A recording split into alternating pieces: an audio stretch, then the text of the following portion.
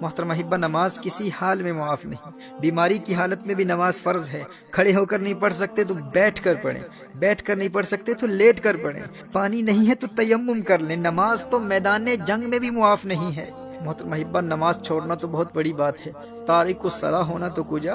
ہمارے اسلاف تو اس تصور سے بھی ڈرتے تھے کہ کہیں نماز میں سستی کرنے والوں میں ان کا نام نہ لکھا جائے، یا نماز ضائع کرنے والوں میں ان کا شمار نہ ہو جائے۔ حضرت عبداللہ ابن عباس رضی اللہ تعالیٰ عنہما کی آنکھ میں پانی اتر آیا۔ لوگوں نے عرض کیا کہ اس کا علاج تو ہو سکتا ہے، لیکن چند نمازیں قضا ہو جائیں۔ آپ نے فرمایا یہ نہیں ہو سکتا۔ میں نے نبی کریم صلی اللہ علیہ وآلہ وسلم سے سنا ہے کہ جو شخص نماز نہ پڑھے وہ اللہ جل وعلا کے یہاں ایسی حالت میں حاضر ہوگا کہ اللہ جل وعلا اس سے ناراض ہوگا۔ اللہ اکبر! کہا کہیں میرا اللہ ناراض نہ ہو جائے۔ حدیث شریف میں آتا ہے نا کہ من لقی اللہ وہو مودع للصلاۃ، جو اللہ جل وعلا سے یوں ملاقات کرے کہ وہ نماز کو ضائع کرنے والا ہو تو اللہ جل وعلا اس کی کسی نیکی کی پرواہ نہیں کرتا۔ وہ خود کو نیکوکار سمجھے گا کہ میری اور تو بہت نیکیاں ہیں، ٹھیک ہے میری نماز قضا ہو گئی تھی لیکن میں نیک تو ہوں، میں صدقات دیتا ہوں، میں نے مسجدیں بنائی ہیں، میں خدمت خلق بجا لاتا ہوں، میرے اخلاق اچھے ہیں، یعنی اس کی اور بے شمار نیکیاں ہوں گی۔ وہ روزے دار بھی ہوگا، اس نے حج بھی کیا ہوا ہوگا، وہ خدمت خلق بھی بجا لاتا ہوگا، صدقات بھی دیتا ہوگا۔ وہ کہے گا کہ میری اور بے شمار نیکیاں ہیں، میں ایک اچھا انسان ہوں، کبھی کسی پر ظلم نہیں کیا، میں نے کبھی کسی کو مارا نہیں ہے، میں نے کسی کو کوئی تکلیف نہیں پہنچائی۔ کہا کہ اگر وہ تارک الصلاح ہے، اگر اس کی نمازیں ضائع ہو جاتی ہیں، اگر وہ نمازیں قضا کرتا ہے تو اللہ جل وعلا کو قیامت کے روز اس کی کسی اور نیکی کی پرواہ نہیں ہوگی۔ یہ حضور اکرم صلی اللہ علیہ وسلم کی حدیث ہے۔ اور ایک حدیث شریف میں آتا ہے من ترک الصلاۃ لقی اللہ وہو علیہ غضبان۔ اللہ اکبر! کہا کہ جس نے نماز ترک کی قیامت کے روز وہ اللہ جل وعلا سے اس حال میں ملے گا کہ اللہ اس سے ناراض ہوگا اور اس سے اللہ کے غضب کا سامنا کرنا پڑے گا۔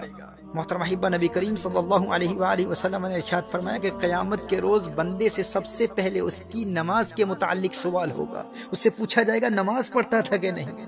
اور ایک روایت میں ہے کہ وہ قیامت کے دن اس طرح آئے گا کہ اس کے چہرے پر 3 سطروں میں لکھا ہوگا۔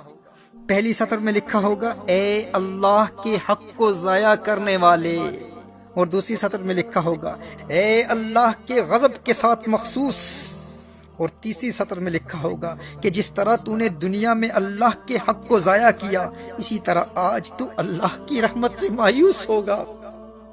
آج تو اللہ کی رحمت سے مایوس ہوگا۔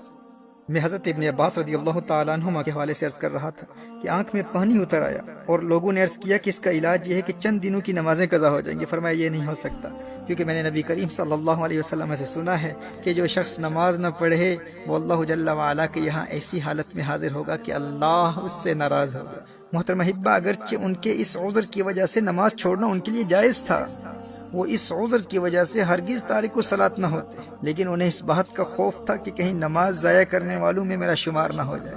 اور ایک روایت میں تو آیا ہے کہ انہیں کہا گیا کہ آپ کی نمازیں قضا نہیں ہوں گی، بس 5 دن زمین کے بجائے بلند لکڑی پر سجدہ کرنا ہوگا، یعنی زمین پر سجدہ نہیں کر پائیں گے، سجدہ کریں گے لیکن بلند لکڑی پر سجدہ کرنا ہوگا۔ تو حضرت عبداللہ ابن عباس رضی اللہ تعالیٰ عنہما نے ارشاد فرمایا 1 رکعت بھی اس طرح ادا نہیں کروں گا۔ میرے دوست، جسے سجدے کی لذت مل جائے وہ کہتا ہے کہ بھائی بینائی جاتی ہے تو جاتی رہے، لیکن ایک سجدے کی لذت سے جو روشنی اور بینائی دل کی آنکھ کو ملتی ہے اس کا مقابلہ و موازنہ ماتھے کی آنکھ کی روشنی سے کہاں کیا جا سکتا ہے۔ وہ ایک سجدہ جسے تو گراں سمجھتا ہے 1000 سجدوں سے دیتا ہے آدمی کو نجات۔